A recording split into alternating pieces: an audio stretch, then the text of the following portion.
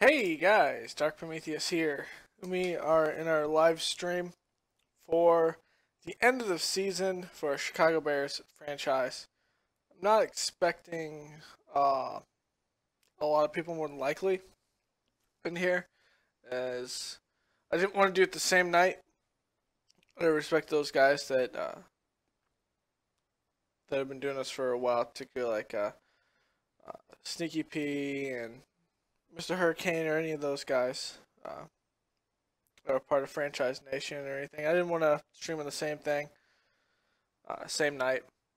Also, I like to watch them and the sole fact that, well, watching two streams at once is typically difficult. But in our franchise, I mean, we went 9-7, better than I thought we would. We clinched a playoff spot just by the skin of our teeth. The other one that clinched in the NFC, I think, was still in our division. We'll look at a couple things here. Nope, the Packers did not make the playoffs, 7-9. So the other one was, in fact,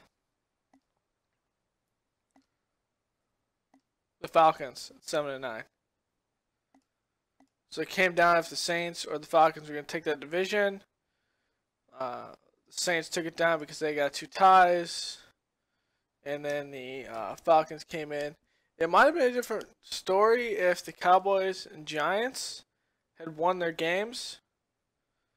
I mean, the Cowboys dropped 2. The Falcons dropped 2.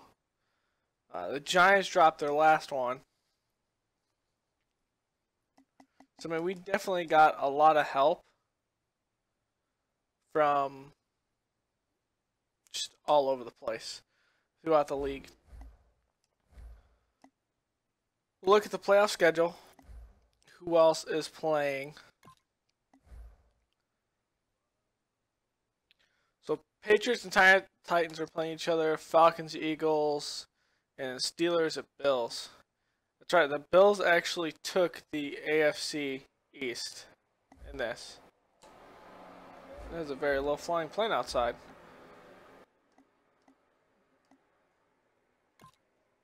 Let's look at the complete standings, actually.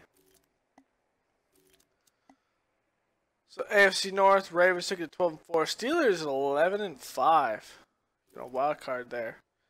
AFC South, Titans are 11-5.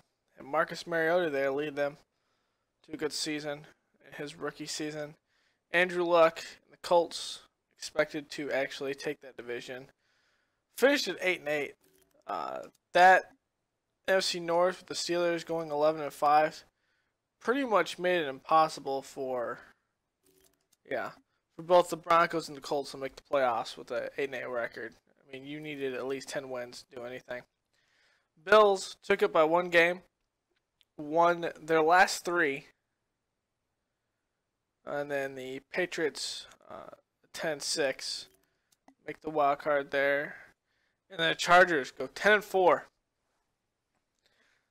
Broncos, Peyton Manning, who might be his last year, we don't know. We haven't seen the retirees yet, but they go at 8-8. We know about the North, Lions. Took that one. We know about NFC South. NFC East, Cowboys 8-8, Giants 8-8. Those 2 teams losing there were good. It also doesn't help that we beat the Redskins in one of those last 3 games, which helped them, helped us solidify ourselves. Eagles take that division 11-5. NFC West, Seahawks 13-3, best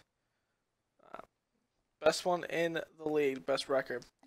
Rams and 49ers respectively at 6-10, and Cardinals are at 5-11. Only reason the Cardinals are 5-11 here is second week. I believe it was Pernell McPhee hit Carson Palmer, and Palmer went down with a knee injury. I want to say it was. I'd have to go back to week 2 and really look at it. But I think he went down with a knee injury, either MCL or ACL or something like that. Put him out. I think it said 4 to 6 weeks. Ended up being the long term of 6 weeks. And so they lost Carson Palmer again for 6 weeks, and that helped them get those 6 losses there. But there's a record. One thing we also have to look at is stats. So we're going to look at our team first. Jay Cutler, 97.7 rating. It's pretty good. Jimmy Clausen came in and just abysmal of the 3 or 4 games that Cutler was gone. Fales came in, and then that one pass he threw right there was an interception. Got hit, and he went down with an injury, and he was out for the rest of the season. So we played pretty much with Clausen there. We picked up Shane Carden as a backup, but he did not make it on the field. So it looks like we probably will be moving on from Jimmy Clausen, like the Bears have in real life, but we will be moving on from this. Just couldn't get to drive the ball downfield, the whole thing. McCullough, 4,100 yards, 33 touchdowns, 17 interceptions. It's about what he throws in a typical year. Still not a good 2-to-1 ratio. That's still too many. But we will look at definitely keeping him in the future, as he's got that big arm potential, and we got a lot of holes to fill on defense. Took 27 sacks. It's not too bad. Jimmy Clausen took 15, though, in 4 games. Completion percentage, 65%. It's one of Jay's highest of his career. Average yards. So, yeah, how long was Cutler out? Cutler out was what? Cutler out was out for 14 games. There. So you had a partial one there. So I'd say Clausen ended up playing 3 games as in relief. So that's not great for 3 games. Matt Forte carried the ball 330 times, 1,300 yards, 3 touchdowns on the ground. Lost the ball only once, broke 47 tackles. Had some good longs of more than 20. Played all 16 games, which is good. Jarquez Rogers kind of just fell off the back end as the season wore on, and we started getting Langford incorporated more in the offense. And then once he was incorporated more in the offense, he pretty much took that role as a second down, as that second back. Took the ball 39 times, 150 yards, 4 touchdowns. Had a lot of goal line situations like Jarquez Rogers with those touchdowns. Rogers lost 1 fumble. Langford didn't lose any in the time he played. Cutler had 1 rushing touchdown that took us to the playoffs. And then he lost 5 fumbles. Jimmy Clausen lost 1, and that's it from there. Receiving, Alshon Jeffrey, he was out 3 games, I believe it was. Let's go all the way to the end and see. Nope, he played all 16 games. So he was out here and there, catching some balls, 72 receptions for 1,000 yards. Again, breaking 1,000 yards in his 4th season. 8 touchdowns. Matt Forte, 66 receptions. Again, being that pinnacle receiving back out of the backfield with 5 touchdowns. Marquise Wilson stepped up while Eddie Rowe was hurt a lot. 62 catches. Or while Eddie Rowe and our first-round draft pick, Kevin White, was out. So, 62 catches, 791 yards, 4 touchdowns. It's a good season for a 6th or 7th round draft pick. Martellus Bennett, 51 catches, 750 yards, 4 touchdowns. Eddie Rowe came in. He does have 5 touchdowns, but really, those getting hurt a lot is not the greatest. Josh Bellamy came in and played a lot of relief in that slot when Eddie Royal was gone and Marquise Wilson had to come up. 41 catches, 556 yards, 3 touchdowns. We're definitely going to look around and bring in, or we're going to look back and bring Josh Bellamy back. Cameron Meredith, the undrafted guy out of Illinois State, former quarterback, second season really playing receiver, including college. Played his senior year as a receiver. The rest of the time as a quarterback. And 17 catches, 240 yards, 3 touchdowns. Had some good time there from the 4th and 5th receiver sets. Jacquez Rogers of the backfield had some. Langford had some good screen passes, some good speed, things like that. Pretty good separating himself from Jacquez Rogers there on those touchdowns. Zach Miller, 7 catches, 122 yards. He was really our H-back back there, holding down a lot of the 2 tight end sets as a blocker more than anything. He came in a couple times, but really we didn't play a lot of 2 tight end sets at the goal line. We rushed the ball out of the goal line. Kyrie Lee, that 1 touchdown coming out of the he was definitely our H-back or fullback. That touchdown right there is out of the fullback position. And Mark Mariani, seeing the field due to injury, came out 3 catches for 38 yards, has 1 touchdown. Snorris Perry and all these guys were, and actually D'Anthony Thomas should have some receiving. Pretty sure he had a receiving touchdown, but that was in the playoffs. Now blocking. Slauson has the most pancakes. Vladimir Dacus out of the left guard. He was playing right guard most of the year. Left the most sacks. Will Montgomery is the second. Kyle Long playing in that new right guard position. And then goes Slauson, Bushrod, Osama, and Faberge. Now, Hornus Gersau played 149 snaps. How many Montgomerys? So about 10 times. 10 times is less. Had 4 pancakes and no sacks. And Jason Weaver was on the IR. So we're definitely, what we're going to look is going to look at Faberge on the tackle position. We're going to bring in another rookie at that tackle position, both for Bushrod's sake and moving Kyle Long back into guard. We're probably going to move away from Will Montgomery.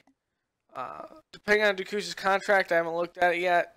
We may move on without Dacus or Dacus or whatever his name is. On defense, the rookie out of Penn State, I believe he's our 3rd or 4th round draft pick, Adrian Amos, 61 solo tackles, 67 assists, for a combined 128 tackles out of the free safety position. No sacks, had 1 interception, had 3 deflections, no fumbles, no blocks on the team, things like that. So he is a solid player. We're going to look forward to him at free safety. And so really it's going to look at Ryan Mundy and Antron Roll pretty much in that strong safety position. Not really battling it out, but playing together and see who we come out. Because a lot of our dime sets in Madden, at least with, I'm not sure if it's in the playbook or if it's just the Bears, like, specific playbook. But that third safety, or that third defensive back, after you put out your nickel, so in your dime packages, is the third safety. And it's typically out of your strong safety. So we put a lot of Sharp McManus there, and then we put players like Claiborne and later on Mitchell, later on in the year, the last 2 games, in that slot. The next one, Roll. 108 tackles, 2 sacks, has some good blitzes, 4 interceptions, heads up playing by Antron Roll. And he will be one of our defensive veterans coming forward. Shane McClellan, we lost him for a little bit. He's got 106 tackles, 22 for loss, 2.5 sacks, had 1 interception. How many games did he end up playing? Nope, we did not lose him. Pretty sure we lost Shea McClellan for a little bit. Or maybe it was Christian Jones. Shake McManus coming out of that slot, 82 tackles, 3 sacks, and 2 interceptions. Kyle Fuller, 3 interceptions, 71 tackles. I think the only player that took anything to the house was Roll, yeah. Forced fumbles. Fuller had 2. Shake McManus had 1. Shake McManus recovered his own fumble. This is a glitch. Alan Ball does not have 65,534 yards. It's quite amusing, but he really doesn't have that. This is what happens when you muff a punt in Madden. The returner muffs a punt, then it will count some obscene large number. And then Antero Roll had a fumble recovery. In pass coverage, who was our best in pass coverage? Kyle Fuller and 4th quarter Porter. That's right. So, looks like Fuller's going to be learning a lot from Tracy Porter as the years go on here. Interceptions, Broll, Fuller, Shake McManus. We have a bunch of 1s here. With Morris Claiborne, Alan Ball. Pernell McPhee had that 1 in the middle of the field where he came up and snagged it. Even I wasn't even ready for that one. So, I mean, we really have to get out of this trend of our safeties having the most tackles. We need our middle linebackers to really have it. And Shea does have 106 here. Kicking Robbie Gould, 30 of 34, all 3. 3 that he missed was at like Lambeau or something like that, where it was very windy. And then that other one, I just completely was a short one. Trying to go for a long kick before a half and just couldn't get it in there. Made all the extra points. Really good kicker. We will definitely keep him until he retires. And then we'll look at Pat McDonald. 75-yard average. Not too bad. Returns about 1,500 yards on average. Yeah, that's not too bad for a punter. Kick return, Cameron Meredith lit it up the last 3 or 4 games of the season. We are going to look at using Cameron Meredith and possibly someone we draft later in the rounds to actually do this. To return kicks off the kick return. Still in the punt return, we might still use Mariani or someone else. So we might bring back Mariani just to have him as a receiver depth and just put him in there and see what goes from there. But yeah, we look at the stats there. Give me a second, guys. We'll take a quick break. I have to use the bathroom, and then we will look at the stats for everyone else, like in the league, and then go through the playoffs. So let's look at the some player stats for everyone.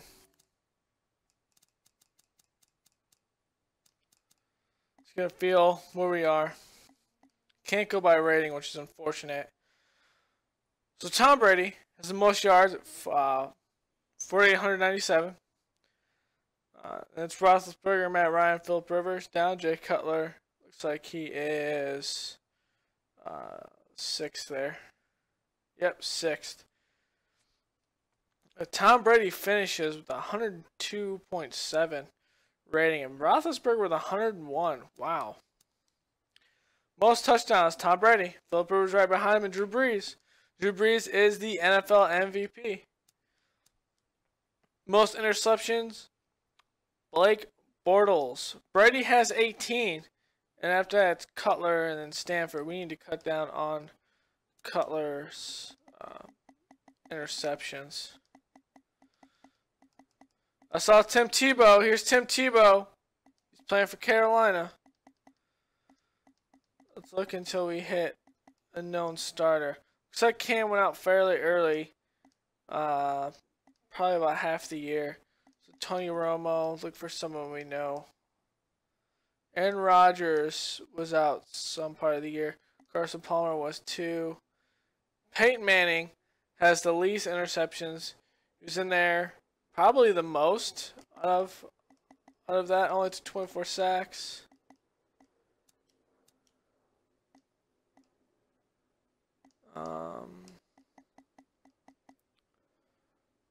Wow, Nick Foles was sacked 57 times. My God. Least might actually be Peyton Manning. Rivers has 9. Carnes has 9. So yeah, it's gonna end up being Peyton Manning. Most yards is Sean McCoy, 1,700. Le'Veon Bell takes 1,600. Justin Forsett, and then Matt Forte. Average wise, I can't use averages because of actually I can if I just look at. No, like Cunningham here has one of 6 because he takes it right there, but it's DeMarco Murray. Most touchdowns, Le'Veon Bell with 16 rushing touchdowns. Fred Jackson 15, Jeremy Hill over in Cincinnati 14, D'Angelo Williams, wow. So together with Le'Veon Bell and D'Angelo Williams, the Steelers had 29 rushing touchdowns. Wow. Telfair at 13. McCoy, that's right, Fred Jackson's over in Seattle. Turbin, Jennings. So yeah, wow, that's a lot over there. Is there anything else you want to look here? Not really. Receiving. Most receptions, Julian Edelman. Tom Brady over there throwing passes to him. 1,600 yards, 12 touchdowns, 102.5 a game. And a lot of run after catch, 550. Next, Josh Gordon. Then Cooks, who just completely destroyed us in that playoff game with 2 touchdowns. DeAndre Hopkins, Demaryius Thomas, Antonio Brown. So we actually, I think we were one of the teams that didn't have a lot of. We have a lot of yards with Cutler, but as opposed to attempts, well, yeah, we're in the top 10 in attempts too. Damn, that's not what I wanted to do. So we are in the top 10 in attempts too. That's kind of odd that Jeffrey's not up there or anything like that. But we did have some injuries. So blocking, who gave up the most sacks? Kevin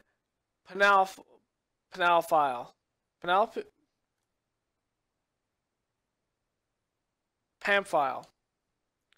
Second year player, gave up 37 sacks. No wonder Fails will sack so much. Greg Robinson gives up 33. Matt Khalil gives up 30. My God. Most pancakes is Matt Slauson. Kyle Long's up there. Will Montgomery. So we can get a lot of sacks on us. Get a lot of game-breaking sacks. Brandon Spikes over in Miami, 177 tackles. My God, Paul Nusney. We're not even close to this number.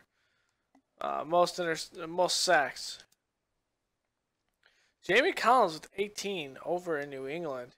Josh Newsom with 17. Khalil Mack with 14.5. Terrell Suggs. Ezekiel Anza at 13. Brian Rackput at 13. Greg Hart at 13. And then going to 12s from there.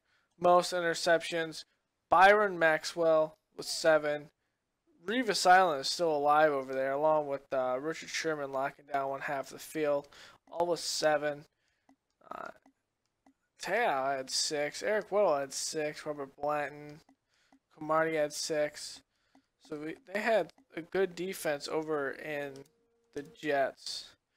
Forced fumbles, Rodney McLeod Jr. and David Hawthorne with 6. Fumble recoveries, McLeod actually took up 4. Any safeties? 2 safeties, Brendan Graham and Greg Hardy. Defensive touchdowns. Antron Wool and Marqueston Huff with them, and I'm sure there's a slew of ones there.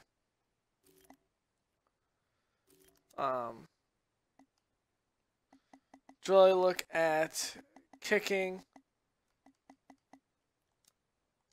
Field goal percentage. Forbath has the best one. Field goals made. Goals over here with 30. He blocked. Parkey had some. You had some blocked field goals. That's big. Punting, I'm not actually. Let's look at the average. It's 45. O'Donnell's at 45. He's about the middle of the league in punting, which isn't too bad. So kick return, let's look at touchdowns. Spiller had 2. Nelson Aguilar had 2, the rookie. And Cecil Shorts. Punt return touchdowns. That's going to be Percy. Aguilar has 1. Ricardo Lockett and Tavon Austin. So that's going to end it from there. Let's actually see how we stack up to the NFC North and Aaron Rodgers on this whole thing. So Rodgers was hurt a little bit. Still better numbers, obviously. It's Aaron Rodgers. Rating's not too far off. Rodgers took 14 sacks. Cutler took 27. Rodgers had about 100 less attempts. Pretty much 3 games. Yeah, 3 games difference. Rushing, Matt Forte actually took it for 330 times, 1,300 yards. Eddie Lacy takes it for 350 and gets 1,300 yards on it. Jacques Bell takes it 333, gets 12. So really, we should have had a lot more with Matt Forte here. Eddie Lacy had 9 touchdowns, Bell had 7. McKinnon scored 2 on us. Pearson was out half the year. Theo Riddick. Receiving, James Jones at 89. Cobb had 82. Devontae Adams at 75. And then it's Jeffrey. So they have 3 receivers that are over 75 catches. And James Jones has 4 touchdowns. And Cobb and Devontae Adams have 8 apiece. That's not very good when Forte gets 66 catches. Although we are doing a lot of screenplay because we're getting blitzed constantly. Pancakes, we have probably somehow one of the best offensive lines in the league. I have no idea how. But when you have Khalil, Riley Reif, and David Bakhtiari giving up 15 plus sacks, and one of them, Matt Khalil, giving up 30, yeah, you're going to have that. Defense, pretty much the only one that's better on defense tackle-wise as a sure tackler is Zach Brown, middle linebacker from Minnesota. Amos has got the other one, the second most, 128 tackles. When it comes to sacks, Ezekiel Anza, Julius Peppers, and then McPhee's the next one with ours with 8. Interception-wise, Robert Blanton had 6, Kevin Reynolds had 5, Harrison Smith had 5, Casey Hayward, Sam Shields. We took away 4, was the most that we did.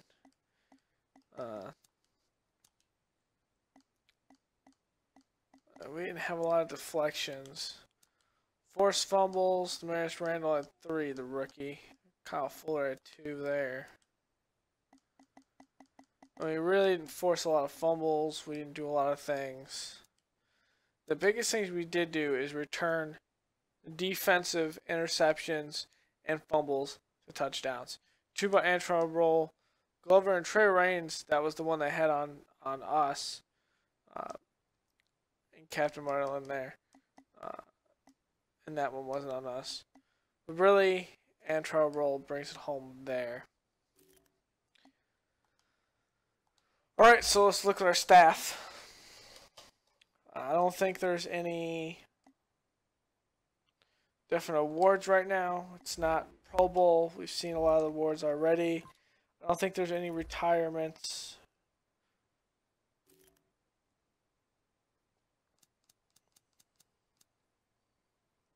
Tom Coughlin retires. Marvin Lewis is fired. Chuck Pagano is fired with that 8-8 record. Joe Philbin is fired. Gus Bradley, that abysmal performance with Greg Bortles, is fired. Head coach Mike McCarthy, after not making the playoffs for the first time in about 5 seasons at least, they go 7-8 and fire Mike McCarthy. And Coach Mike Zimmer gets fired over in Minnesota with that abysmal record they had. Bill O'Brien is fired. Jared Hannon gets released. And a lot of those go into week 17 there. A lot of players that, well, the computer just doesn't want. So we got some some very shocking things there. We're going to start resigning. We're going to look at what we got. So John Fox still has till 2018. So 3 more years. Karl Rowe. Well, Joe Dahmer, we're going to fire him. We need another trainer. Our scout is DL Pursuit. We're going to look at getting another scout. Of course, we will stay with John Fox. I mean, the guy has been has done a very good job this season.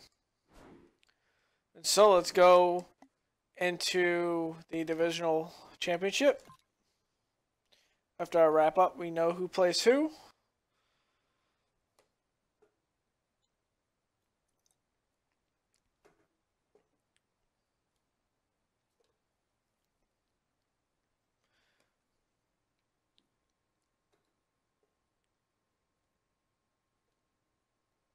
And I want to make sure the sound is in fact working. You might hear an echo possibly. I want to make sure the sound is... Never mind, you won't hear an echo because I have a headset on. I feel like an idiot. So going into the divisional playoffs. Let's see who won last game. Wild card. Wow, Tennessee demolishes Tom Brady and the Patriots. What happened? It was the second quarter there. Marcus Mariota, not a very pedestrian game, but really just protected the football. Still give up 1 pick there. Tom Brady throws 2 picks. It's unheard of. Rushing, McCluster gets 2 touchdowns on the ground. Mariota runs for another one. Receiving, LaFell gets a touchdown. Edelman really doesn't do much this game. Top receiving back. There's 3 sacks between the two. Let's see. Deontrez Mount, Trey Flowers, and a half sack share between Chandler Jones and Patrick Chung. Interceptions, Parrish Cox and Jason McCourty for the Titans, and Draw Mayo had that other one. Were they taken? Any fumbles forced? There's 1. There's actually 2 by the Titans. Deontrez Mount and Avery Williamson. 1 was recovered by the Patriots. Any touchdowns? No. Any safeties? No. So, wow, the Patriots have been knocked out of the playoffs in the wild card. The Falcons beat Atlanta. Or, Atlanta beats Philadelphia. My bad. to look at this one. It's like Philadelphia played from behind a lot of the game.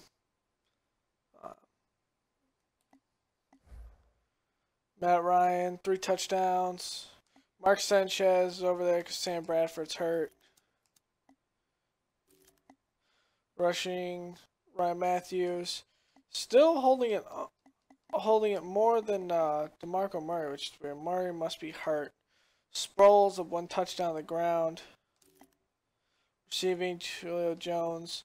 Miles Austin, the 10-year vet, bringing in 2 touchdown passes from Mark Sanchez. Roddy White getting 1, and Leonard Hankerson getting another one on the Falcons.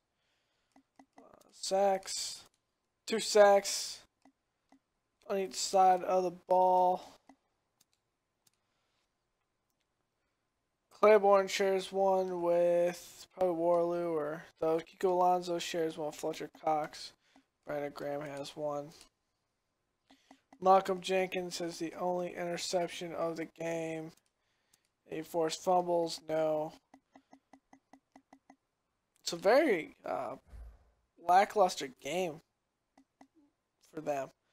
Pittsburgh, on their 11-5 season, takes down Buffalo, 41-35, and obviously we know we got blown up by New Orleans.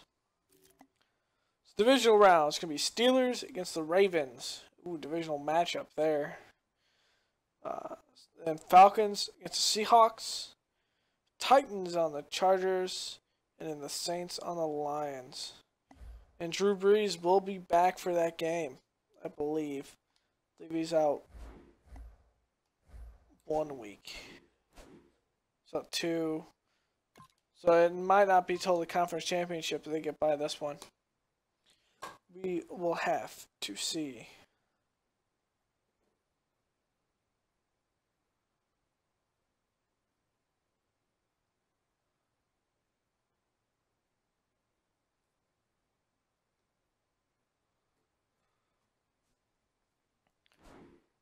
Alright, so let's look at the playoff schedule.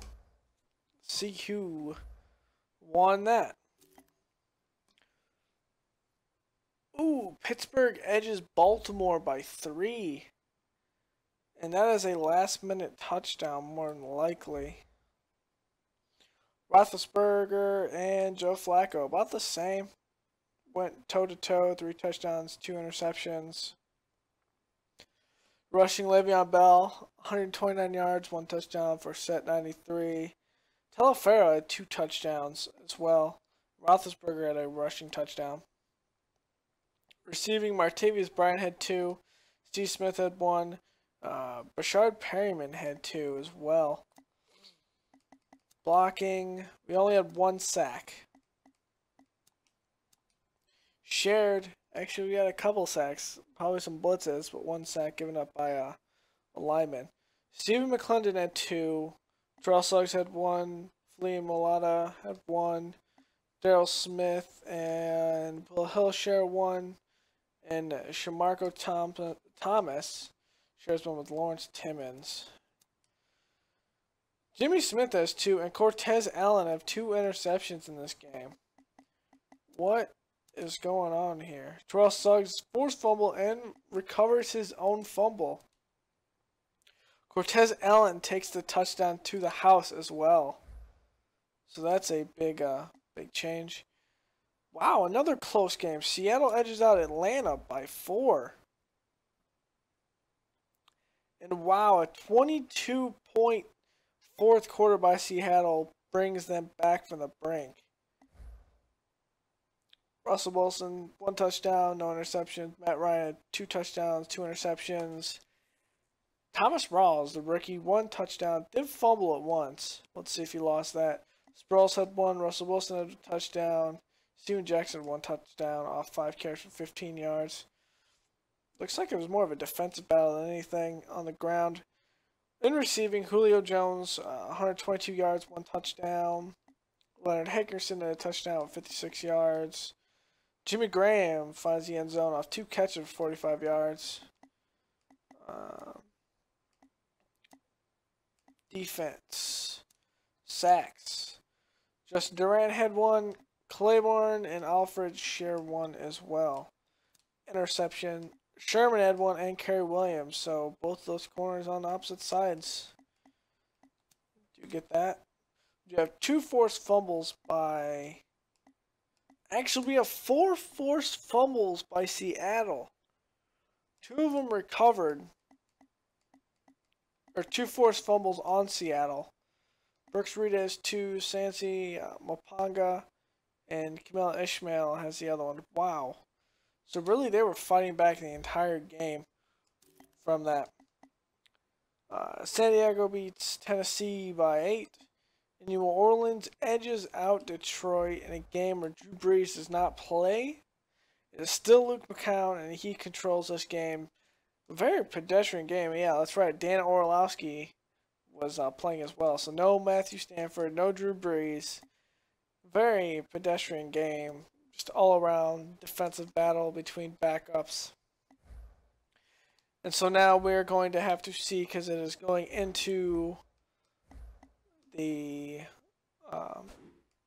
game that we look at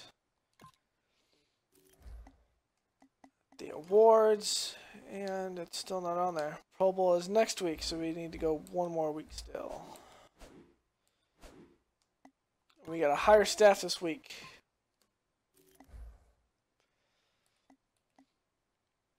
So for a scout,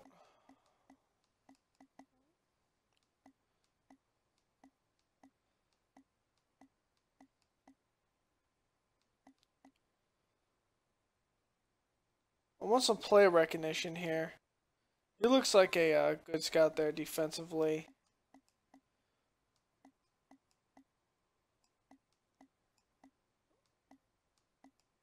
I'm going to go with Trevor Bradley. His picture isn't the... Actually, let's look at a couple of coaches, too. See who's bidding on some head coaches. Give us an idea. So Mike McCarthy, he has the Bengals, Texans, possibly even the rival of Vikings, and the Giants looking at him, where Todd Coughlin had actually retired. No one's looking at Pagano or Lewis or Bill O'Brien or any of these guys. Thomas Single is the front runner for the Packers, still running a 4-3 over there, so we might we won't see any defensive changes. Next week is the Pro Bowl, so we will go into next week where we will see the Pro Bowl votes.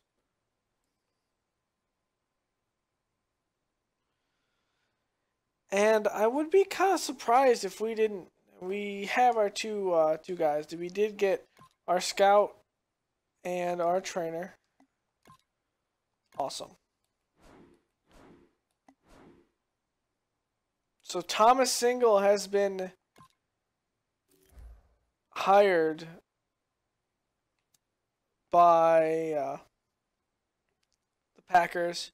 Mike McCarthy takes over for Todd Coughlin in New York.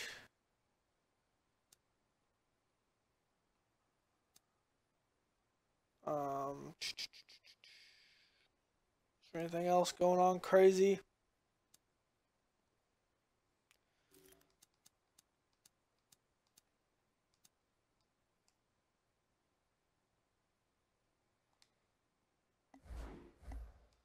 Let us look at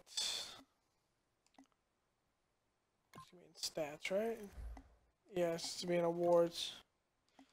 Pro Bowl. Let's look at who is on Steve Young's team and Barry Sanders. So QBs, we've nothing there. Russell Wilson, Drew Brees. I don't know how Drew Brees is the #1 player in the league besides Tom Brady right now, and he gets picked as a 3rd quarterback. Halfbacks, we do have Matt Forte over there with Barry Sanders. So he makes his, I think that's his 4th Pro Bowl. We don't have a fullback in the roster, technically tight end. At wide receiver, I'm not expecting anyone on here. No, I'm not. James Jones. I mean, Julio Jones. Actually, this one's James Jones. This one's Julio Jones. DeAnthony Thomas, Antonio Brown, Brandon Cooks, Keenan Allen, Martavis Bryant, Brandon LaFell. At tight end, Pitta, Graham, Ebron, Watson, Daniels. Yeah, I could see that. Left tackle, we didn't really get any solid left tackle play out of Bushrod. We do have Matt Slauson out here out of left guard. Roberto Garza, we'll have to see where he went. I'm not sure who signed. He might be with Tampa Bay. But for center, we don't really have anyone there because Montgomery just didn't perform there. We do have Kyle Long, although he played at right tackle. He can't change it before the season ends, so we did use him at right guard. But he does make the Pro Bowl for his third season in a row. A third-year player has made all three seasons. And then at right tackle, since we didn't play any right tackles in that position, we won't have one. But Eric Ebron, the former Bears, on there. Stephen Vollmer, we knew him, a long-time veteran, good player over there in New England. On defense, really don't have any ends that performed all that great in our first year in the 3-4. We do have Michael Bennett, Martellus Bennett's brother over there, getting it done. Cameron Wake, Vinny Curry. On the other end, Fletcher Cox, J.J. Watt, again, just a great, great player. Getting it done year in, year out. At defensive tackle, Aaron Donald was a big force we had to compete with in that Rams game. Good young player. He'll be that anchor of the defense for years to come. Henry Melton over there had a couple sacks against us in that game against the Bucs. It was Marcel Darius and Hanoni Nada created some issues with us. At linebacker, left linebacker would be Pernell McPhee, I believe. So he's in the company. Justin Houston, Courtney Upshaw. I don't really agree with Courtney Upshaw here. Believe McPhee outplayed him, but definitely not Justin Houston or Jerry Collins. My God, they had terrific years. Middle linebacker, Philly Brown, David Hawthorne, Brandon Spikes had an amazing year. I don't know how he's number 2 there. The guy had 177 tackles. And then Monte Tiao. And the right linebacker, Rakpo, Suggs, Clowney, and Tom Bahali. I wish they organized it more in like different receiver sets. Like if you're a 4-3 receiver, if you're a 3-4, or if you're a 4-3 linebacker or a 3-4 linebacker like they have in real life now. Corners, Brandon Borkin, Captain Motherland, Byron Maxwell, Casey, Rivas, Sherman, Werner, and Janoris Jenkins. Wow. Those last two I'm very skeptical on, especially when Kyle Fuller has 3 or 4 interceptions. Free safety, McCourty, McLeod, Bird, and Eric Weddle. Could see that. Now, just Marcus Sanford, I don't know about that. I mean, Roll took back 2 picks to the house. Robert Blanton had a good year. I don't know about Walter Thurman. I didn't even see him, so I'm not sure how he's on the safety list, but I guess he started there. Robbie Gould, the kicker. He is a 3rd most accurate kicker in NFL history. So, of course, he's going to be in there year in and year out in the talks to be the best kicker in the league. Punters, Trey Way and Michael Scaffreys. Englor gets it for his first year. Kind of inherent to what Devin Hester did. I mean, we're going to see some big stuff from him in the future. And then Spiller there and Lockett and Gino Bernard there. Returning kicks in Cincinnati. Just kind of awkward there. So really, it wasn't a great season, but we will have some of our weapons back. This will be a different team going into next year as we see who goes to the Super Bowl. Or we already should know, I just haven't looked at the playoff schedule yet. We'll have to look at what happened in that playoff schedule. Let's look at it. Steelers and Chargers. Chargers beat Pittsburgh by 6. Seattle puts a whooping in Drew Brees' first game back since his injury in Week 15, and they get whooped in Seattle. So the Super Bowl will be the Seattle Seahawks against the San Diego Chargers. Who would have thought this? This is definitely a creative game in here with Melvin Gordon going against that. So you guys do have some college scouting. We are going to scout some. I believe we do. We don't have combine yet. Not yet, at least. So we're going to look at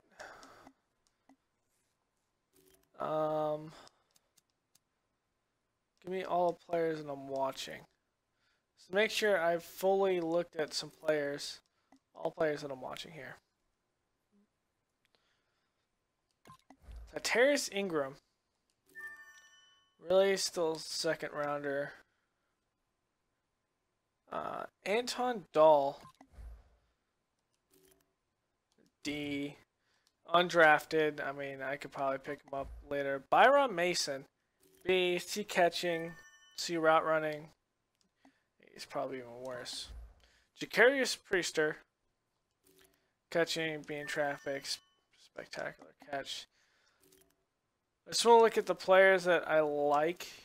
Or that I've looked at previously that we all know about. Get all of their stuff looked at, and then really look at a couple more players when it comes to the combine. See who shakes out, see who doesn't shake out, that sort of thing, and then start whittling away from all the watch players into a core of players I'm liking. So all available. We have like the 15th pick. Let's look who's around there.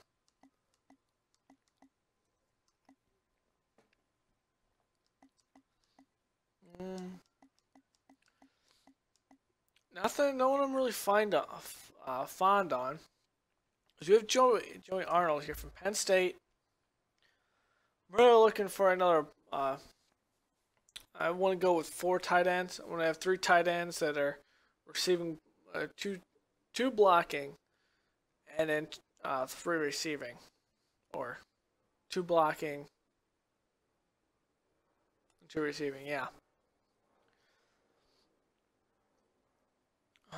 Possibly. Spectacular catch. He's a first rounder. Probably a late first rounder, honestly. Defensive tackle. Denario Taylor. 317, 6'3", 22. He's a nose tackle. Good tackle, good power moves. That's someone that's going to be going behind Eddie Goldman.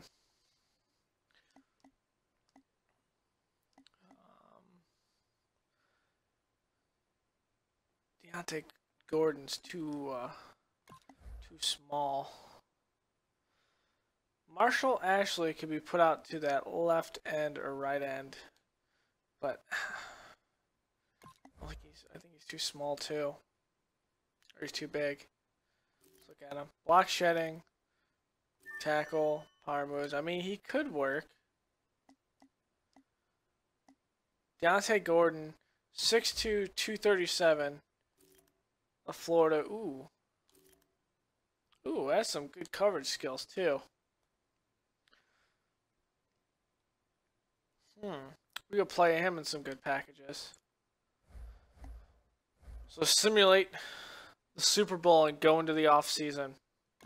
It is the big game. Super Bowl 50 against the Seattle Seahawks and San Diego Chargers. Let's see who takes this.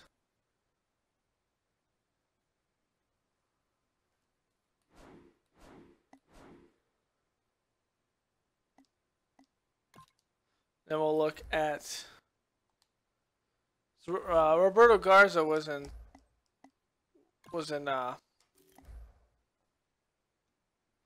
Seattle. So